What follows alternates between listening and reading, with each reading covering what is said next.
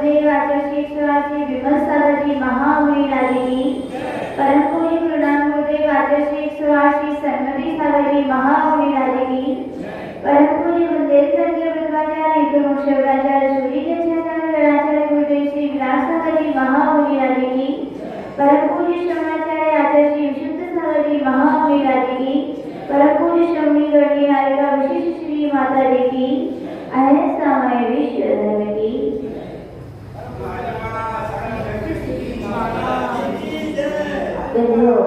यहाँ पर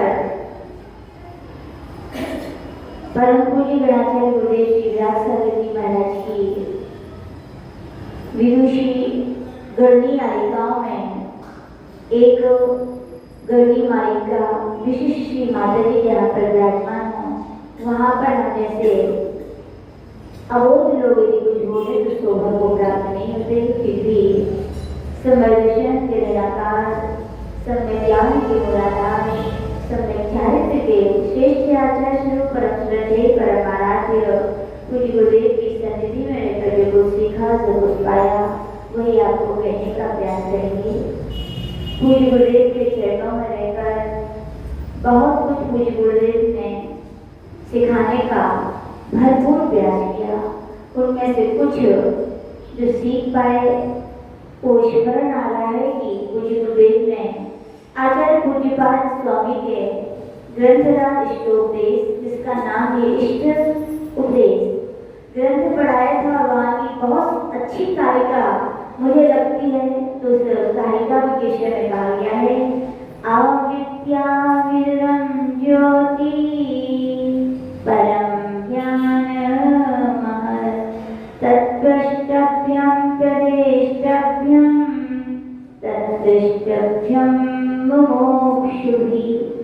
यहाँ पर आचार्य पूज्यपाद स्वामी इस कारिका के विषय में समझा रहे हैं कि मुमुक्षु किसे कहते हैं। क्या कहते हैं? मुमुक्षु शब्द सुनते हैं तो लोग बहुत कई दूसरी जगह चले जाते हैं, लेकिन ऐसा नहीं है। मुमुक्षु का अर्थ वो अकेला नहीं होता है। अपने यहाँ पर जैन धर्म पूज्य गुरुदेव कहते अनेकांतवाद है। क्या है? यहाँ पर अनेकांतवाद की व्याख्याएं की जाती हैं। हर चीज का अर्थ यदि एक लगाएंगे तो नियम से विषय का, वस्तु का अभाव हो जाएगा, और जब अनेकांतवाद से उसकी व्याख्या करते हैं तो हर समस्या के क्या मिल जाते हैं? समाधान मिल जाते हैं। तो कहा कि मुमुक्षु कौन?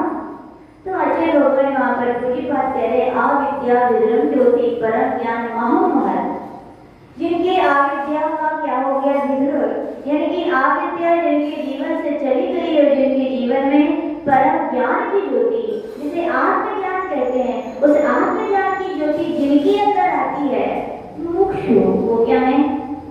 इतने में कोई मुमुक्षु हो जाएगा? तो नहीं। आचार्य भगवान गुरुदेव समझाते थे कि अविद्या का मानते आपके अभाव हो गया, आपके आत्मज्ञान का संचार हो गया है, आपके आत्मज्ञान आ गया है, तो क्या वस्तु अपने लिए मालूम चल जाए, ज्ञान हो जाए, तो क्या वस्तु की प्राप्ति हो जाती है? नहीं होती। वहां पर आचार्य भगवान के कोई गुरुदेव ने कहा था कि जैसे कोई प्यासा व्यक्ति हो, क्या हो, और उसे क्या चाहिए? क्या चाहिए उसे? प्यासे व्यक्ति को क्या चाहिए? पानी चाहिए।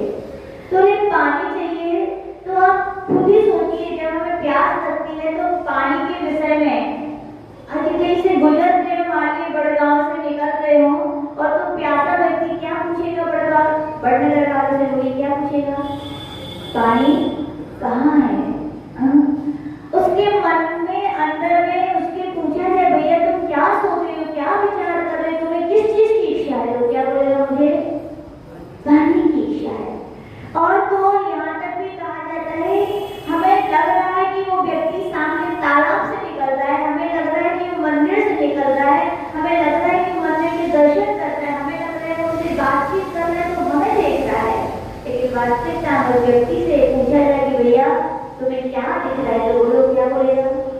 क्या दिख रहा है? पानी दिख रहा है।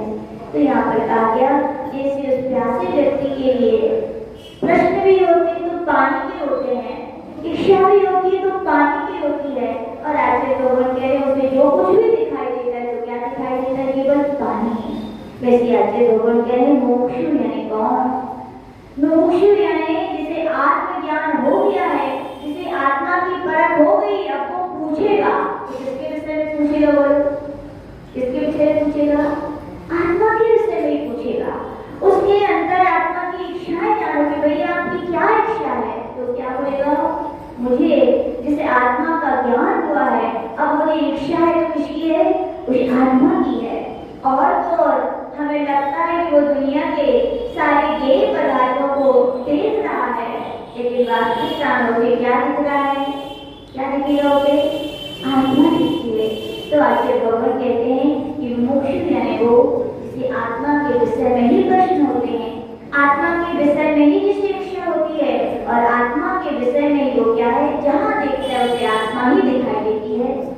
ऐसे ही इस दिगंबर रामायण में महान दिगंबराचार्यों में हमारे परम पूज्य दीक्षा प्रदाता गणाचार्य गुरुदेव विराट सागर जी महाराज हुए, जिनके दर्शन आप सभी ने अनेक बार किए हैं।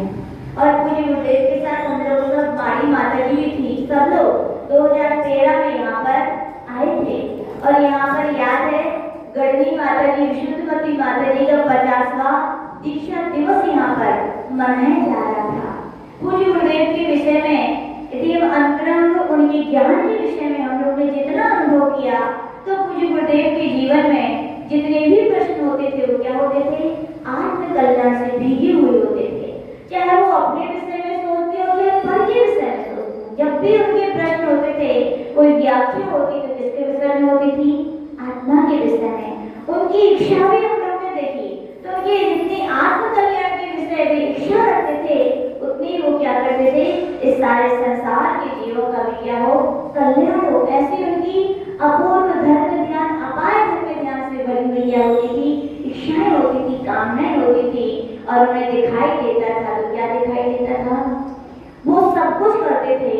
550 शिष्य प्रशिष्यों के संग नायक थे।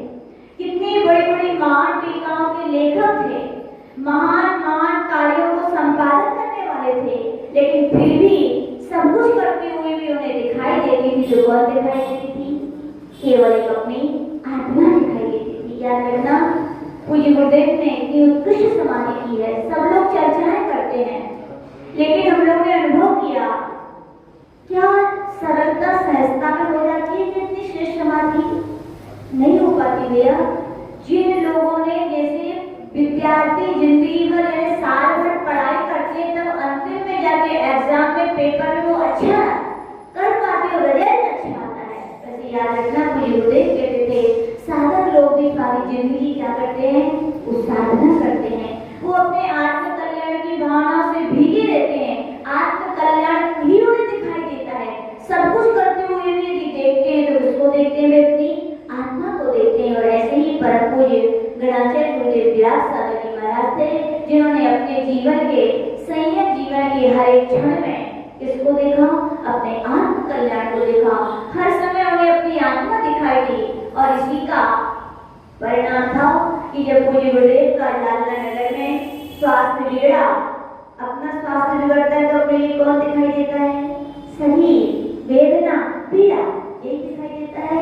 और कोई पड़ोसी अपने ना आए तो वेदना तो भूल जाते हैं, कि ये याद आता है कि वो क्यों नहीं आए, ये वेदना हो जाती है कि लेकिन धन्य है परम पूज्य गणाचार्य गुरुदेव विराट सागर जी महाराज, जिन्हें असहनीय वेदना थी, लेकिन उस वेदना में भी उन्हें क्या दिखाई दिया? अपनी आत्मा दिखाई दी, अपने आत्मा का कल्याण दिखाई दिया।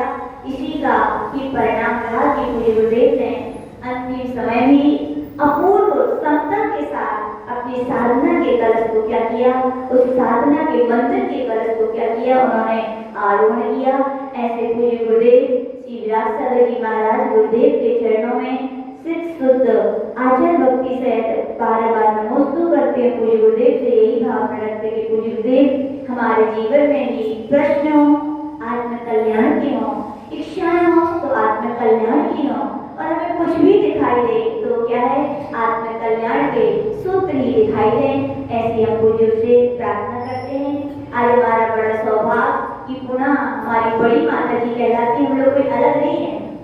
चातुर्मास अलग अलग होते थे, तो पूज्य गुरुदेव आप लोग की सहूलियत के लिए, किसकी सहूलियत के लिए? समाज को वैसे हम लोग सब उपहार ही अपने गुरुदेव के और उपहार ही बने रहे। तो पूज्य गुरुदेव व्यवस्था के तौर पर अलग अलग भेज देते हैं। हम लोग सब अपनी माता जी की संगे लोग हैं। माता जी के आज पुनः दर्शन करने का हमारे लिए सौभाग्य यहाँ पर प्राप्त हुआ। हम लोग बड़े कृतज्ञ हैं और भावना पाते हैं कि माता जी ऐसी कृपा दृष्टि आपकी छोटी छोटी बहनें हैं उन पर रखें। इसी भावना के साथ जो परम पूज्य आचार्य गुरुदेव श्री विराट सागर जी महामुनि जी की